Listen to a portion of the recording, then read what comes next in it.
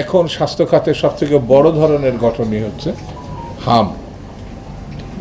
যে হাম আমাদের কোমলমতি শিশুরা ইতিমধ্যে অনেক মৃত্যুবরণ করেছে। এই প্রসঙ্গটিতে আমরা উত্তরাধিকার সূত্রে পেয়েছি।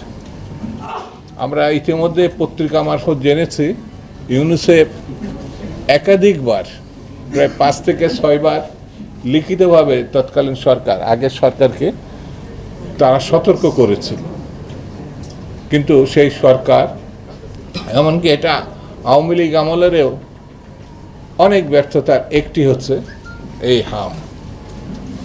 আওয়ামী লীগ, অন্তর্বর্তীকালীন সরকার, ব্যর্থতাটা এখন বিএনপির ঘাড়ে এসে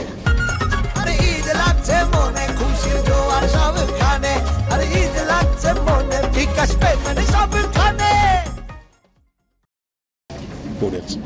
বিএনপি ইতিমধ্যে অনেক পদক্ষেপ নিয়েছে, তারপরেও যে প্রসঙ্গটি আমরা নির্মূল করেছিলাম, হামটা কিন্তু আমাদের দেশে একটি নির্মূল হওয়া প্রসঙ্গ ছিল, সেটি ব্যর্থতার কারণে আমরা তার মুখোমুখি হয়েছি।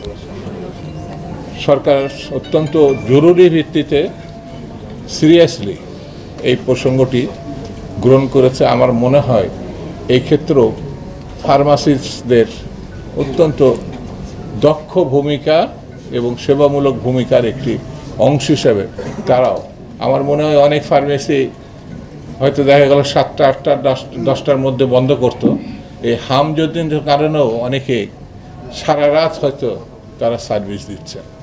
আমাদের জাতীয় দায়িত্ব হিসাবে এই ভূমিকাটা সবাইকে নিতে হবে।